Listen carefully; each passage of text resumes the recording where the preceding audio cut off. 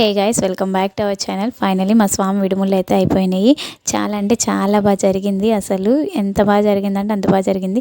అసలు నేను విడుములు ఇది ఫస్ట్ టైము నా మ్యారేజ్ అయినాక నాకు ఒక టెన్షను, లోపల భయము. ఎందుకనంటే అమ్మో ఎలా చేయాలో ఏంటో. అసలు మా స్వామి మాలేస్తున్నారు అన్నప్పుడు ఓకేనా స్వామి నేను చేయగలనా అని అడిగాను. నువ్వు చేయగలవు, ఏం పర్వాలేదు అని చెప్పారు ఆయన అయితే. ఇంక నేనైతే ఓకే చేయగలను అనుకొని నేనైతే స్టార్ట్ చేశాను. కానీ 2 నెలలు ఎలా గడిచాయో ఏంటో కూడా నాకు ఇప్పటికీ అర్థం కాలేదు. మా హనీ అయితే మొత్తం శరణాలన్నీ చెప్తుంది. నేనైతే చాలా హ్యాపీగా ఫీల్ అయ్యాను. ఎందుకంటే మన పిల్లలు ఏదైనా చెప్తున్నారు అని అంటే అది మనం చాలా హ్యాపీగా ఫీల్ అవుతాం కదా. ఇంకా అయితే మా హనీ ఇక్కడైతే మా స్వామి విడుములు అయితే అయిపోయినాయి. శబరిమల కొండకు కూడా వెళ్ళిపోయారు. దర్శనం అయితే చాలా అంటే చాలా బాగా చేసుకున్నారంట. దగ్గర నుండి స్వామివారిని అయితే బాగా చూసుకున్నాను అని చెప్పారు ఆయన అయితే.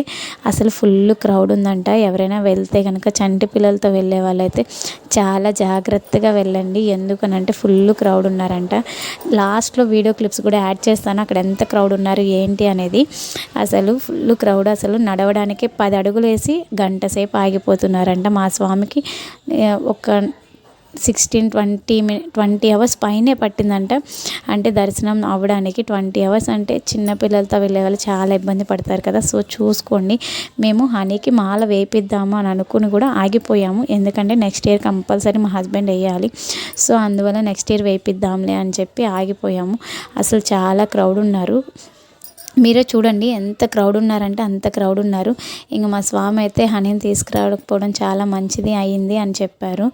మీకు కూడా మీరు ఎలా దర్శనం చేసుకుంటే కనుక కామెంట్ అయితే చేయండి. ఇంకా చూడండి నైట్ అయినా ఎంతమంది ఉన్నారో క్రౌడ్. అసలు నేనే ఆశ్చర్యపోతున్నాను ఎలా జరిగింది.